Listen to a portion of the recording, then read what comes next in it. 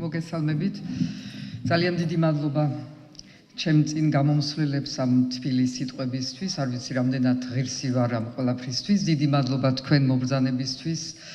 დიდი მადლობა ყველას ვინც დაგვეხმარა წინა საარჩევნო წინა კამპანიაში ამ ხელმოწერების მოგროვებისთვის, ვინც დაგვეხმარება მხარდამჭერები ვინც იქნებიან და ვინც ბოლოს 28 ოქტომბერს მხარს დამიჭერენ საპრეზიდენტო არჩევანში. ჯერ იმით დავიწყოთ, რატომ უნდა მიხვიდეთ არჩევნებში. ყველა ლაპარაკობს, რომ ახლა დღეს პრეზიდენტი რაღა იმდენად შეიცვალა ეს უფლებები, რომ მხოლოდ სიმბოლური არის და რა მნიშვნელობა ექნება ამ პრეზიდენტს. ან რატო უნდა გამოვიდე სახლიდან და მივიდე არჩევნების ყუთთან. მე მგონი, რომ არ არის სწორი. ჯერთი თუ გადავხედავთ რა ხდება ქვეყანაში, 48 კანდიდატი, შემდგომ ახლა მე მგონი რაღაცა 10-ზე მეტი დარეგისტრირებული, ალბათ იმას ნიშნავს, რომ რაღაცა მნიშვნელობა აქვს, თუ არა ამდენი ადამიანი არ წავიდოდა ამ ბრძოლაში. მე როცა ვუყურებთ ამ ბრძოლის ფორმებს და თუ რა დაძაბულობა არის ქვეყანაში, რბილად რო ვთქვა, ცოტა დაძაბულობაზე მეტიც არის. რა აგრესია. ალბათ ეს იმას ნიშნავს, რომ ამ ბრძოლას რაღაცა დატვირთვა აქვს, თუ არა რა. მხოლოდ ისე სიამოვნებისთვის ისვრიან სიტყვებს თუ რა ხდება.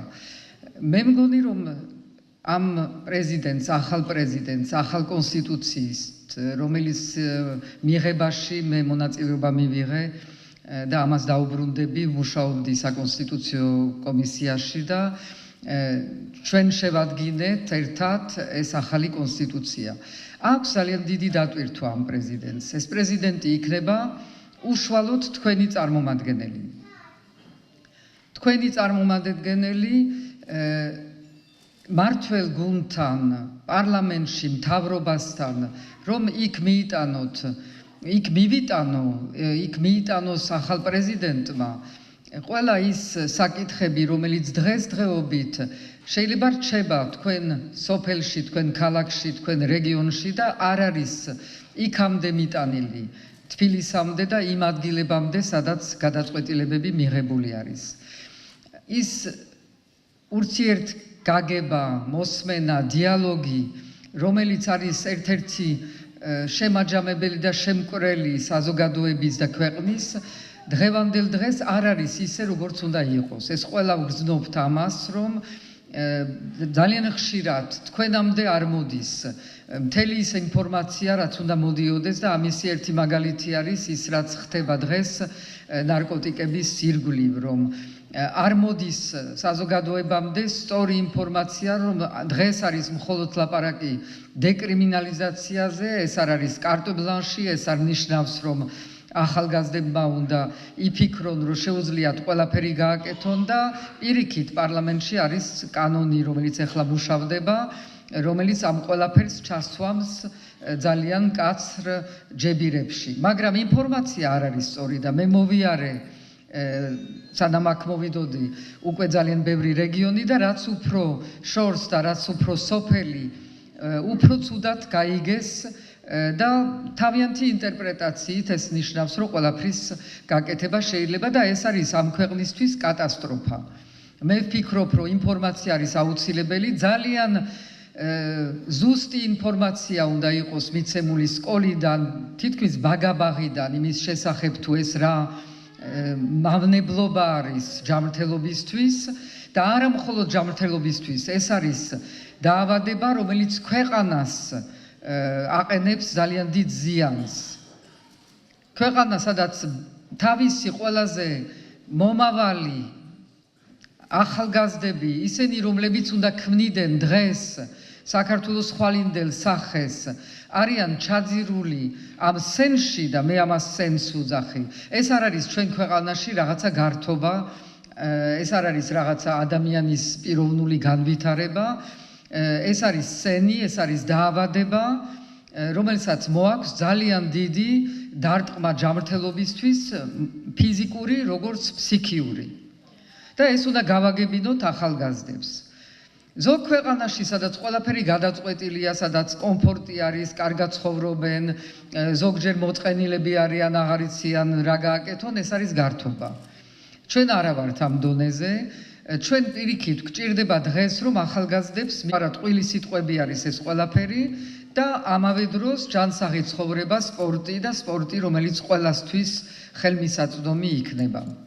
ეს არის ერთ-ერთი ფორმა, რითაც შეიძლება ეს პრეზიდენტი, რომელსაც აირჩევთ, იყოს თქვენ სამსახურში და გააკეთოს ის, რასაც აქ მყოფი ალბათ ყველა დედა გააკეთებდა, რომ იყოს ჩემს ადგილას. და მე რეალურად ვიქნები თქვენს ადგილას. ამ საკითხში, როგორც ბევრ სხვა საკითხში, აქ ვიცი, რომ ასევე გაწუხებთ ძალიან ის ემიგრანტების საკითხი საერთოდ. მე გადავხედე სტატისტიკას და ვნახე, რომ განახევრდა 1989 წლიდან ბოლო აღწერამდე განახევრდა მოსახლეობა აქა ონში. და ეს იმის მიუხედავად და იმის ჩაუთვლელად, თუ რა მოხდა წინა წლებში, როცა აქედან დაიცალა, წავიდნენ ებრაელები, ქართველი ებრაელები, ვინც აქ ცხოვრობდნენ და მე არასოდეს დამავიწყდება დიდი ხნის წინ ვნახე საშა რეხვიაშვილის, რომელიც მეგობარი არის, ფილმი ონისდან ქართველი ებრაელების წასვლაზე, რომელიც არის არაჩვეულებრივი, მაგრამ ძალიან მძიმე ამავე დროს ფილმი. და ასევე ვნახე ნაწილი ზოგი ამ ადამიანებისგან, როცა ვიყავი როგორც საგარეო საქმეთა მინისტრი და შემდგომ სხვა ამპლუაებში, ვიყავი ისრაელში და იქ შემხვდა ზოგი აქაური მაცხოვრებელი. ეს ორმაგი ვიტყოდი ემიგრაცია, რაც განიცადა ონმა და რასაც განიცდის, იმიტომ დარწმუნებული ვარ, რომ ეს დღეს კიდევ სამწუხაროდ გრძელდება, არის ჩვენი ქვეყნის ძალიან დიდი ტკივილი პრობლემა, ამავე დროს ძალიან დიდი ძალა. ეს ადამიანები, ვინც არიან გარეთ, არიან ჩვენი თითეული, არის ჩვენი ელჩი, ჩვენი წარმომადგენელი, ჩვენი იქ გამოცდილების მოპოვებელი ადამიანი, რომელიც დაბრუნდება ამ შეძენილ გამოცდილებით, შეძენილ სხვადასხვა ფორმის ცოდნით და ასე შემდეგ. ასე რომ ჩვენ ეს საკითხი, რომელიც საქართველოსთვის არის საკმაოდ ახალი საკითხი, საუკუნების მანძილზე, თუ არა იძულებით, არავინ არ ტოვებდა ამ ქვეყანას და უცებ ამ მე-20 საუკუნეში და 21-ში კიდევ უფრო გაგვიჩნდა ეს ახალი პრობლემა და უყურებთ ამ პრობლემას, არ ვიცით როგორ გადავწყვიტოთ. მე იქაც ვარ დაბადებული, ანუ არა როგორც ნამდვილი ემიგრანტი, ჩემი მშობლები და ბებია ბაბუები იყვნენ ემიგრანტები, მე უკვე იქ ვარ დაბადებული, იქ გაზრდილი, მაგრამ ემიგრანტებს ვიცნობდი ყველა თაობის.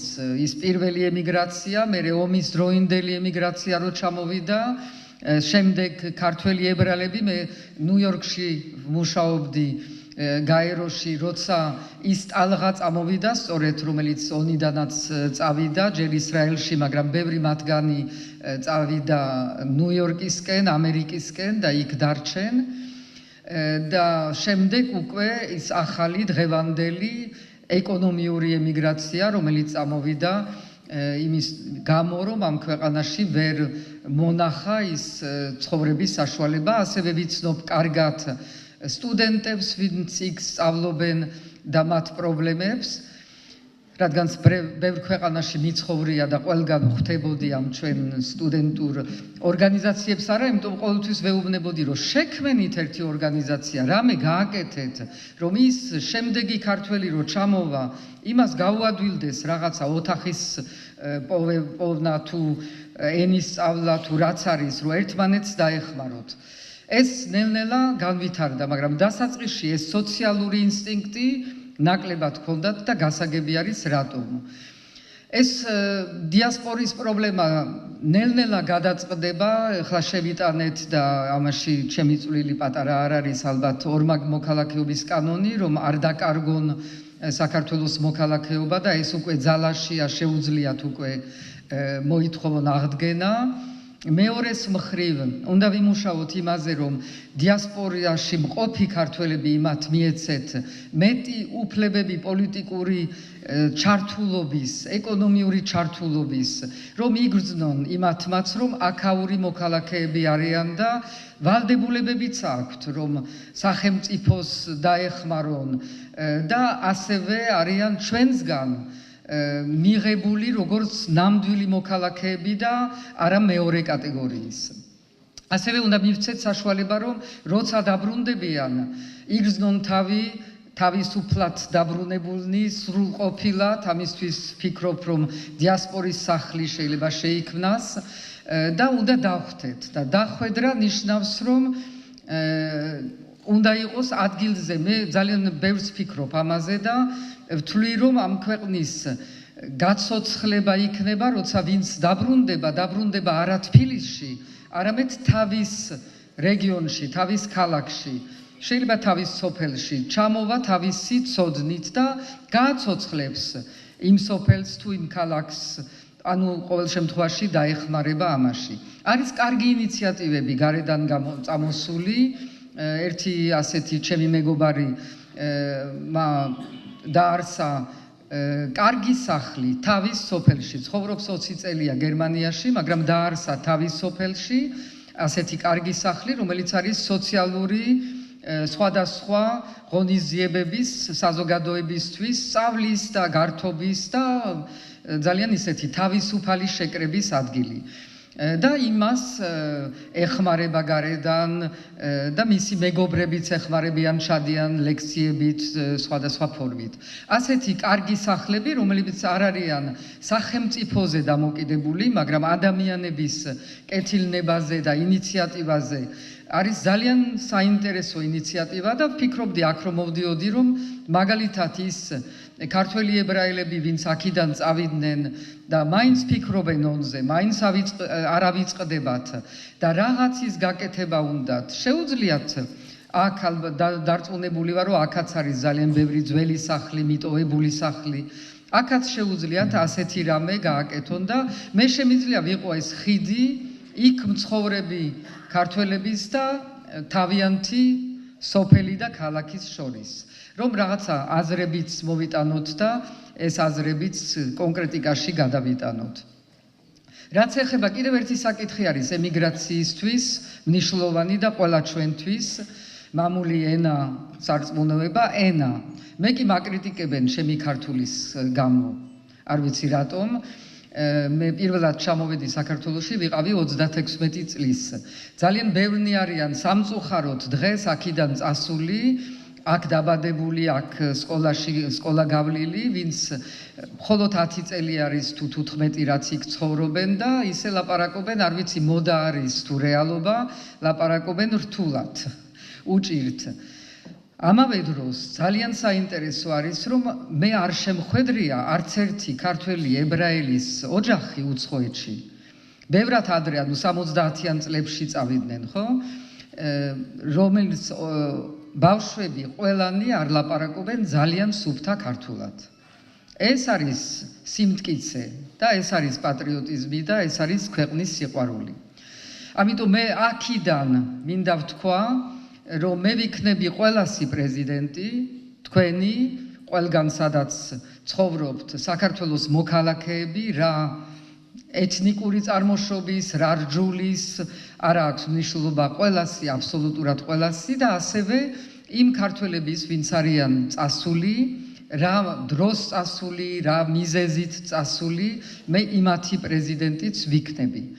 იმიტომ ეს არის ახალი ფუნქცია, ამიტომ აქვს მე მგონი ამ პრეზიდენტს ასეთი დიდი დატვირთვა, რომ უნდა იყოს ყველა იმ უფლებების დამცველი, რომელიც ჩაწერილი არის კონსტიტუციაში და ჩვენი ახალი კონსტიტუცია არის ძალიან ამ ხრივ თანამედროვე კონსტიტუცია, რომ ყველა ის სოციალური უფლებებიც არის ჩამოთვლილი, მაგალითად შრომის უსაფრთხოება. პრეზიდენტი იქნება ამის დამცველიც, მაგალითად მემკვიდრეობის დაცვა. პრეზიდენტი იქნება ამის დამცველიც. გარემოს დაცვა, რომელიც ესოდენ გვიჭირს თბილისში, მაგრამ სხვადასხვა რეგიონებში, სხვადასხვა მიზეზების გამოც რეგიონებშიც არანაკლებად არის ამის პრობლემა. ვიყავი ზესტაფონში და ფეროს საწარმო არის ძალიან დიდი პრობლემა იქაური რეგიონისთვის, ასევე ტყიბული, ასევე თერჯოლა. ეს გარემო, რომელიც მოცემული არის ჩვენთვის ღვთისგან, უნდა გაუფრთხილდეთ, კიდევ უნდა გაუფრთხილდეთ, იმიტომ რომ ეს საქართველო პატარა არის, ჩვენ ტერიტორიას უფრთხილდებით და გვინდა მისი გამთლიანება, უნდა ვიზრუნოთ იმ ნაწილზე, რომელიც დღეს არის ჩვენ კონტროლის ქვეშ და რომელზედაც დღესვე შეგვიძლია ვიზრუნოთ. ესეც არის პრეზიდენტის მოვალეობა, ანუ პრეზიდენტი იქნება ერთი დიდი მონიტორინგის სამსახური, რომელთანაც შეგიძლიათ თქვენს მოიტანოთ ყველა ის პრობლემებს, რასაც შეამჩნევთ. მექნება ადმინისტრაციაში ცხელი ხაზი, სადაც შეძლებთ რომ მოგვაწოდოთ ყველა ის ინფორმაცია, რაც საჭირო არის, რომ ვიცოდე, რომ არ იყოს მოწყვეტილი პრეზიდენტის და სადღაც სასახლეებზე სულ საუბრობენ, სადღაც სასახლეში სკამზე დამჯდარი. პრეზიდენტი უნდა გამოვიდეს სასახლიდან, უნდა თქვენთან მოვიდეს და მე ვაპირებ, ვამბობ ყველგან სადაც დავდივარ და მე ძირითადად ეხლა რეგიონებში დავდივარ, თბილისში პრაქტიკულად არა ვარ. ამიტომ არის რომ თბილისში ილანძღებიან თავისუფლად. აქა ვარ თქვენთან და ეს მიმაჩნია უფრო საინტერესო და უფრო საჭირო. რომ პრეზიდენტმა დაანახოს მთელ საქართველოს, რომ იქნება მთელი საქართველოს პრეზიდენტი. მართალია არის ძალიან დიდი ნაწილი მისი ფუნქციების, რომელიც იქნება დაკავშირებული საგარეო პოლიტიკასთან. მაგრამ ამაზე მე ნაკლებად მჭირდება დღეს ან მუშაობა, ან გარკვევა, იმიტომ რომ ეს არის ის საკითხი, რომელიც ამ გამოცდილებიდან კარგად საკმაოდ ვიცი, როგორ ვითარდება დღევანდელი მსოფლიო და ვიცი, რომ ჩვენ არ უნდა დავკარგოთ ჩვენი იქ ადგილი და უნდა ყველას დავანახოთ, რომ ჩვენ ვითვლებით და ჩვენს გარეშე და ისე რომ ჩვენ არ ვიცით